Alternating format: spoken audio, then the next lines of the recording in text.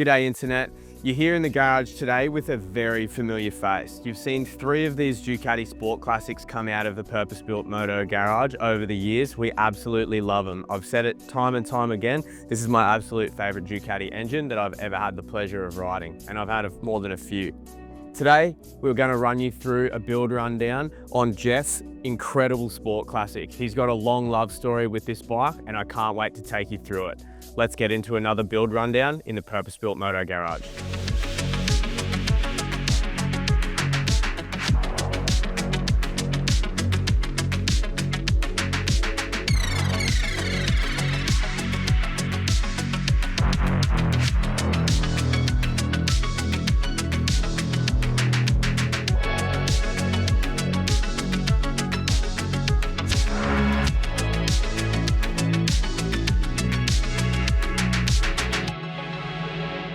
So Jeff's love story with the Sport Classic series started when he saw them at an auto show just after they were released. A few years later, he'd gone into a dealership and seen this one that he wanted to buy. It was a near new dealer demo or something like that, and I think he bought it in around 2010, 2011.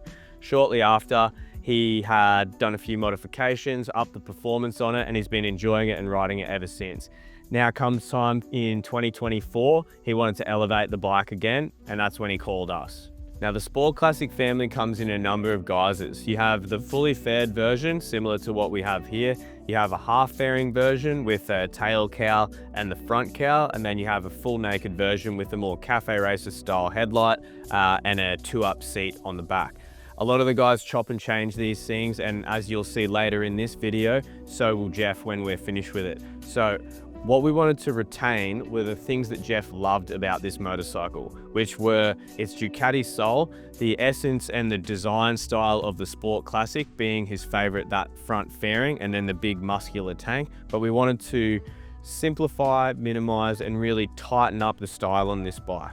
We really like doing that sort of job, and you notice every now and then we'll have jobs where we still retain the essence of the motorcycle. We just add a lot of our custom touches to really enhance what was already there, and this was no different. What we set about doing on this bike was really minimizing the clutter and the mess over the machine and really trying to slim out the tail section, which on these is one of my pet peeves. They have a really wide seat section and they sort of just don't look quite right to my eye. You've heard me talk about this in my other videos. So this one, we took a little bit more of a sort of factory upgrade approach. So what we've done is get the tail of the factory bike.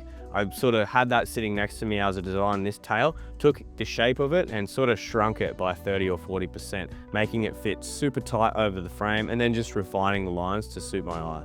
Now, on a lot of our other Sport Classics, we've gone really deep in frame modifications, suspension conversions, all that sort of stuff. Jeff had already sort of mentioned that he wanted to retain the Sport Classic feel of this bike, and that included the twin shock suspension. So all of the tail was built with the minimum of modification to the frame. If you know what you're looking at on these bikes, you'll know that we've done a little bit here and there to sort of smooth out the rear tail hoop, and then obviously upgraded the lighting and stuff like that, which I'll run you through now. So this whole tail was shaped out of aluminium sheet metal. We've made sure to retain the functionality of the pop-up seat. So the seat releases with the factory key latch under there, which I'll show you in a second. But before we get to that, I'll run you through this. So like I said before, we've got the aluminium shaped tail and a custom seat pan shaped up seat. So this all comes off in one complete lot. So you can access your battery, the ECU and tuning modules underneath the seat, all the rest of it.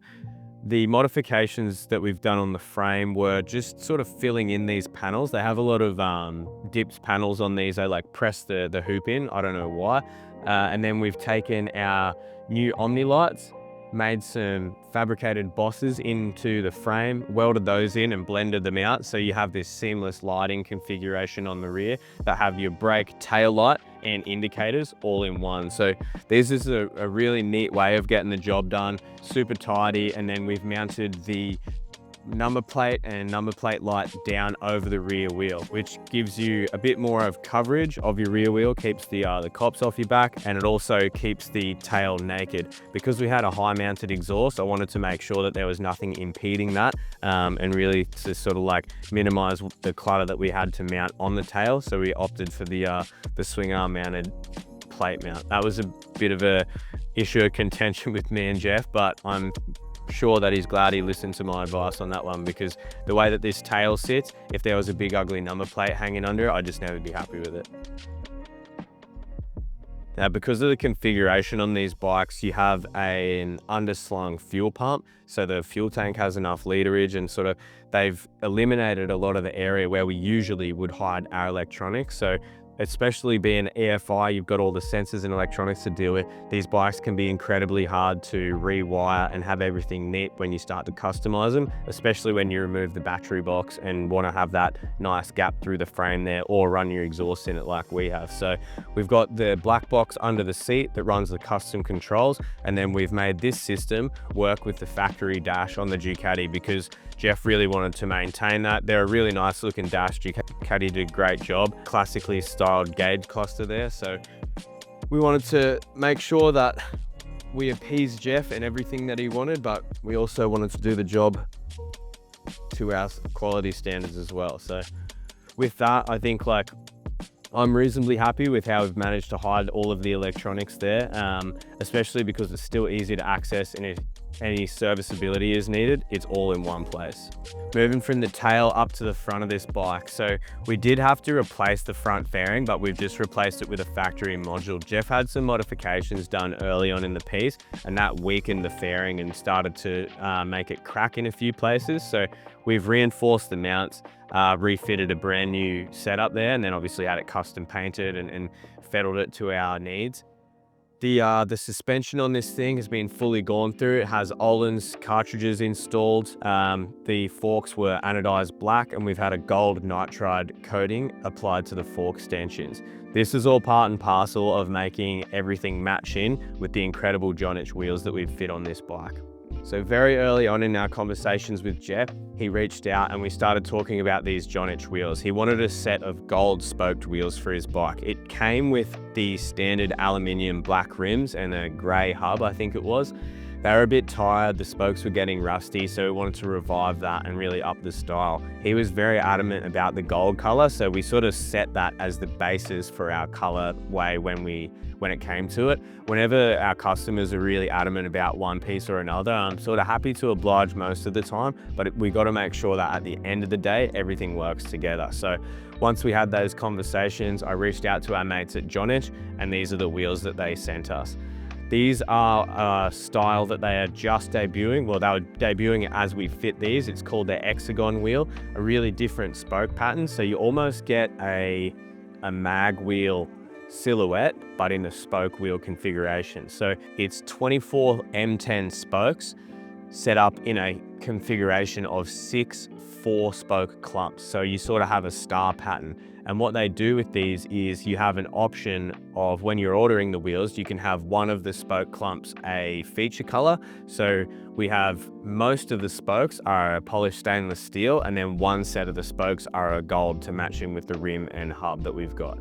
They were anodized in a really beautiful sort of Excel gold was what the brief was. The guys at Jonich absolutely nailed it. This has been partnered up with a set of Brembo rotors, and then we've also done a brake upgrade front and back. So Jeff's gone out, found a mob in the US that do a bolt-on upgrade for these Sport Classic 1000s, and this thing has fresh brakes from end to end. Now with the custom set of wheels, we had the option to up the size on the rear wheel too. So we've opted to go for a 17 6-inch rear wheel, which means we could run a 200 rear tire on it, something that I really like doing on these. The larger profile tire tips the bike forward a little bit, gives you that really beefy look over the rear end, and you have no problem with it clearancing on the swing arm either, which is a really nice thing. The brakes and setup on this wheel, all brand new, super nice, really plush setup. And then we've also got, you can see here, I was talking about before, the gold setup of spokes. So you have one set of gold spokes, the rest are in stainless steel, which is normally, if I didn't mention it, you probably wouldn't see it, but it was one of those things that we could add and just a nice touch on the motorcycle, so we decided to go for it. Once we landed the wheels in Australia, had them measured up, we decided to go with the Rosso 4 in a Pirelli tire, which brings me to today's video sponsor, guys, Pirelli Australia. We've been riding with Pirelli for a number of years now. We use them on our personal bikes and a number of our client builds. They're nothing but the best. You have sports tires, you have track tires, you got dual sport, off-road, nearly anything that comes through the shop, any style of bike, they have a tire to suit it. And we're happy to be partnered with Pirelli tires. So thanks to them for sponsoring today's video. Some more detailing on the front end just before we move on, guys. We've got a really nice aluminium front fender. So we've taken our aluminium front fender blank and used sort of like more of a sports bike style mounting style. We've just shaped up some nice 3mm aluminium sides here and welded that onto our fender, blending it all out. So you sort of have that more sporty aesthetic. Looks really nice tucked under the fairing here. For the fairing, we've retrofitted one of our 7-inch Flashpoint classic LED headlights and wrapped it in a yellow tint to match in with the high def yellow windscreen that we've got done too. The windscreen was something that I really wanted to put on this bike, just with the colorway that we were going with. We had a lot of red, there's going to be a lot of black, and we were working in some gold details, and it sort of reminded me of that 80s era Ducati. You had the gold wheels with the red bike, so I wanted to sort of work that in as a little bit of a throwback. I just like the style more than anything. So we had our factory windscreen sent down to our windscreen guy in Sydney. He blows a mold out, sent us back a slightly modified windscreen. We've made it a little bit shorter and the profile's a little bit lower, again, just to sort of give it a bit more of that sporty aesthetic. And once that was complete, we pretty much had our detailing on the front end done. We could move on to working on the cockpit. So moving on to the cockpit here, guys, like I mentioned before, we've retained the factory gauge cluster and just wired that in to work with our black box. We've got a set of 3-inch offset clip-on handlebars that bring the bars up a little bit, which is why we had to do a little bit of work in clearancing up the top here. And then we've matched that in with the full Brembo upgrade. So you have the Brembo master cylinder for the brake and clutch. And then we've matched it to our tiny little fluid cups here. This is a product that you might have seen on a few of our other builds, but a really nice highlight here because it enabled us to create near perfect symmetry in this cockpit. So these little reservoir cups, and I'll get you to zoom in here. These little reservoir cups are a tiny solution to getting your brake fluid cups hidden and out of the way. They come with a small mounting bracket and the hardware that you need to fix them up, and they're just a really, really tidy way to elevate the level of your cockpit. Further details on the cockpit here, we've got our factory Öhlins steering damper, a domino throttle that's been fitted. We've got our bar end mirror kit. So once the photos are done and we're getting this thing on the road, our bar end mirrors will be going on here. We've matched those with our 3-button switches and then some nice tidy leather grips. So with the changes that we made on this cockpit with bringing Jeff's handlebars up a little bit, we'd also lowered the seat height just a touch. We decided to modify the rider's position by way of the rear set bracket. So we found this bracket kit that Jeff had bought and gone ahead and modified that to suit our purposes. So what we wanted to do on these bikes, so if you're lifting your handlebars up, lowering the seat height, the height of the pegs is super high and really tucks you in a bit too tight. At the end of the day, this isn't a track bike, it's sort of like a sports touring bike. So we've modified and made these brackets that drop your foot pegs about 50mm or so. That just opens up a lot more room when you're riding and makes the ride a lot more comfortable. We also had to do some slight modifications to get the brake pedal in the right position and make some new linkages for our gear shift side, but that was sort of, it's all easy work for us to do. Now, once we'd had our rider ergonomics finished out, we sent out our seat to be trimmed with Timeless Auto Trim. Jamo had his work cut out with him with the ideas that we threw around for this one. I sort of told him it was going to be a special build, so I wanted to do something a little bit different for Jeff. What we landed on was nearly a full Alcantara seat cover with a few tiny leather details and some solid brass bar work mixed in with it. So with the gold leaf pinstripe that we eventually would put on this bike, I wanted to sort of tie that into the seat design. What we've got here is a sunken in section in the middle of the seat that Jamison's fixed a set of solid brass bars to that disappear into the back pad. The back pad is actually a separate piece here, and then we've just matched that in with the stripe. Really nice work from Timeless Auto Trim. The boys have absolutely knocked it out of the park on this one. Now there's a lot of detailing on this bike, guys, so you're gonna have to stick with us. Before I go any further though, we have this bike set up in 2 configurations. So as we were coming into paint design, I drew out the design and do a few bits and pieces for Jeff. We were going back and forth with it. He asked if he could get another set of fairings for it, and then we have 2 sets of fairings. So this is in its full dress mode. What we gonna do now is take off the side fairings and put the bikini fairings on and show you what it looks like as a more naked bike. That way it'll open up the engine compartment, the exhaust, and I can run you through all of that once we're finished swapping those over.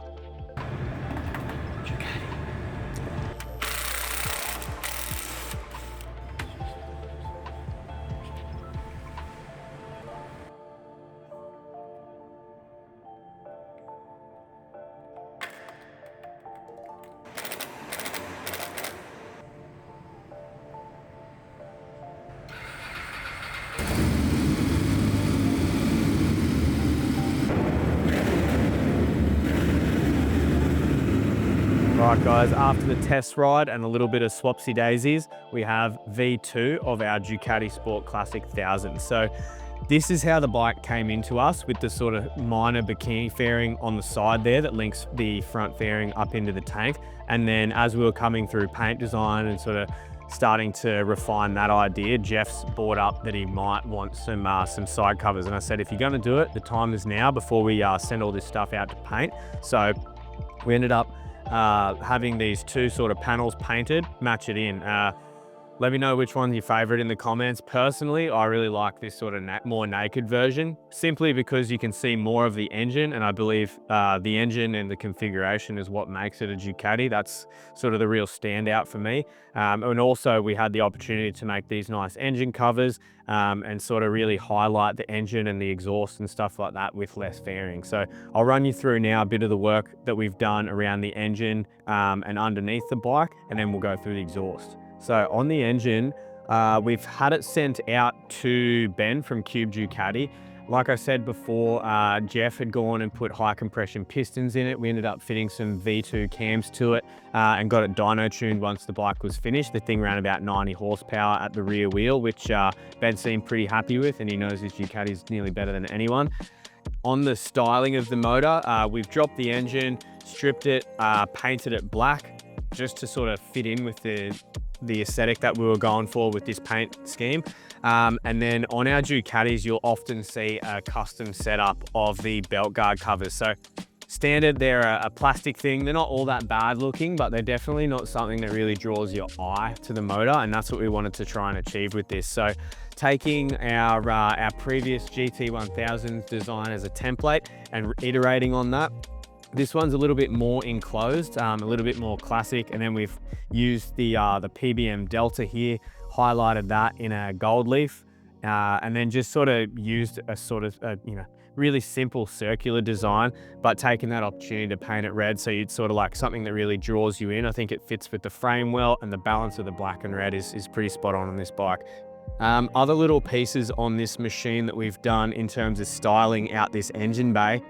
Side covers on these things I don't really like, but you sort of can't run these bikes without side covers unless you really modify the tank and stuff like that. Because we're running the factory tank, this is where your fuel pump sits, and it just looks hideous under there if you leave it naked and empty. So I've shaped up these aluminium cover plates. So it's a 2-part setup. I shape just sort of like a cup of aluminium, and then fabricate some brackets that mount onto the bolts here, and then some bolts that go up onto your rear tank mount as well. So that sort of comes off, and you can access your fuel pump. Your fuel lines are accessible here for servicing purposes, and you can take the tank out and stuff if you need to, but it just is a really tidy way of having a semi side cover but still allowing the frame to do the talking, which I think is really important on these tail pieces. The last little bit that I'll mention here is our tiny little brake fluid reservoirs. These have been a really good product release for us. They came out, I think, midway through last year, and people have really started taking to them. We're getting through a lot of those at the moment. They're just a really simple CNC machine solution for your brake fluid reservoir. So we've used 2 on the front, which I ran you through before, and we've got another little one here. Just sort of, rather than having an ugly fluid cup that you don't want anyone to see, it just makes it a nice sort of piece. And while they don't draw too much attention, they do the job really nicely. Now I'll just move this bike a little bit so you can get a bit better of a view of this exhaust. This is a really key piece on this bike and something that Jeff and I talked about at length. So we'd gone through a few ideas, whether we would have a symmetrical underslung exhaust, it's a little bit more sort of standard, or I sort of pitched this idea to him, we could do a stepped single side exhaust, still have a 2-into-1 header configuration, but it would split out into 2 mufflers, and I'd get really creative with what I did in terms of making these mufflers. So as you see this, it was made from scratch. So obviously the headers and stuff, we were always making those, but I took the opportunity to use a process called hydroforming to shape these mufflers up. It was a real prick to get my head around, and definitely, you know, I've changed a lot about the way that I do this sort of stuff second time around.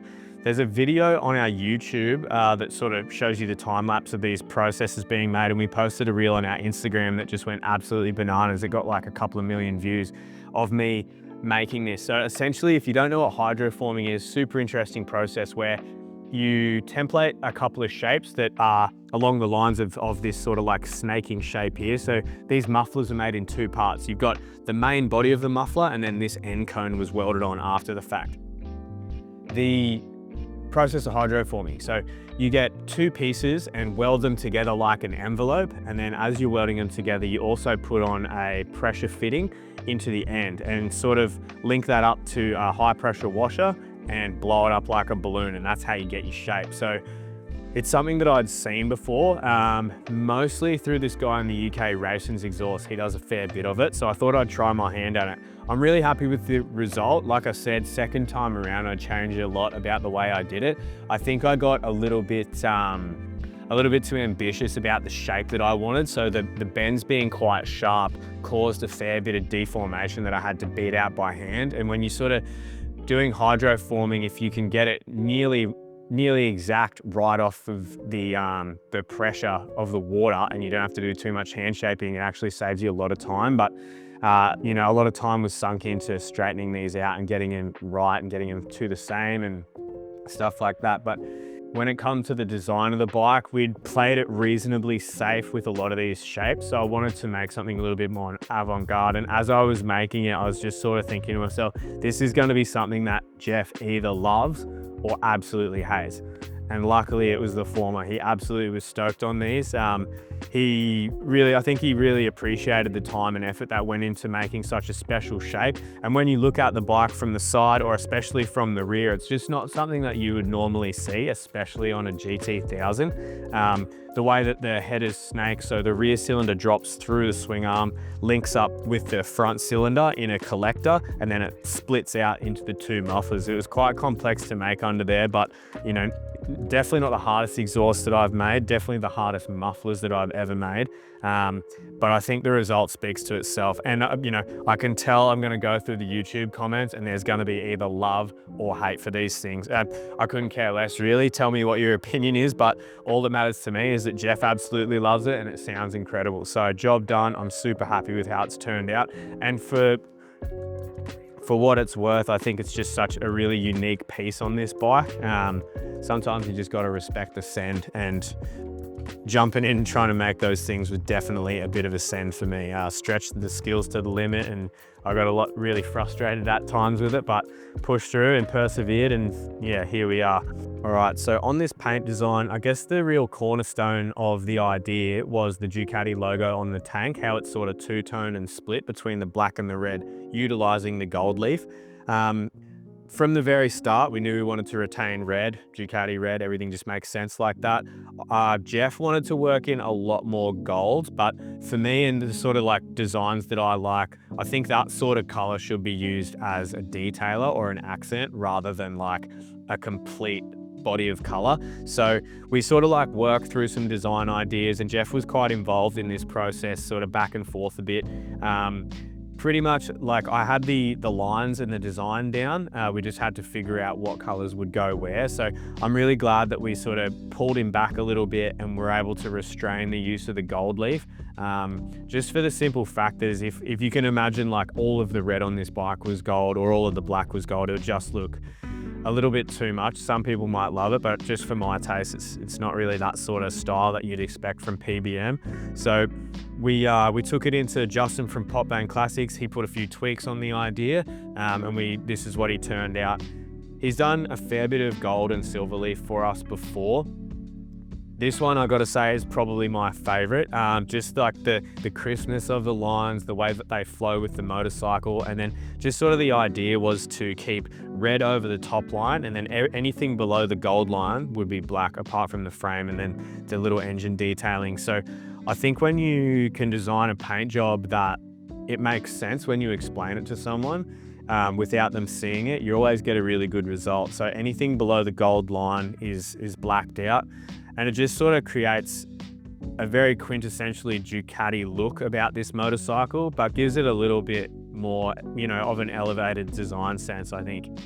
This is probably one of my favorite sort of paint designs of recent that we've done, just because it's, while it speaks quite boldly, it is still relatively understated in that, you're not screaming for attention with this bike. It just does the job nicely, everything makes sense, and everything is conducive from top to bottom on this project. Well, at least that's how I feel. So the only thing that really deviates from what I was explaining before is the front fender. That's just gone in black, and we've added the gold pinstripe. There's no red on that. I think that we just wanted to keep it really simple and sort of just complement the rest of the bike, as the heavy work on the design was all on the top line. So as this bike was going together, we sort of realized how nice of a job that Justin had done. Pop Bang Classics knocked this one out of the park.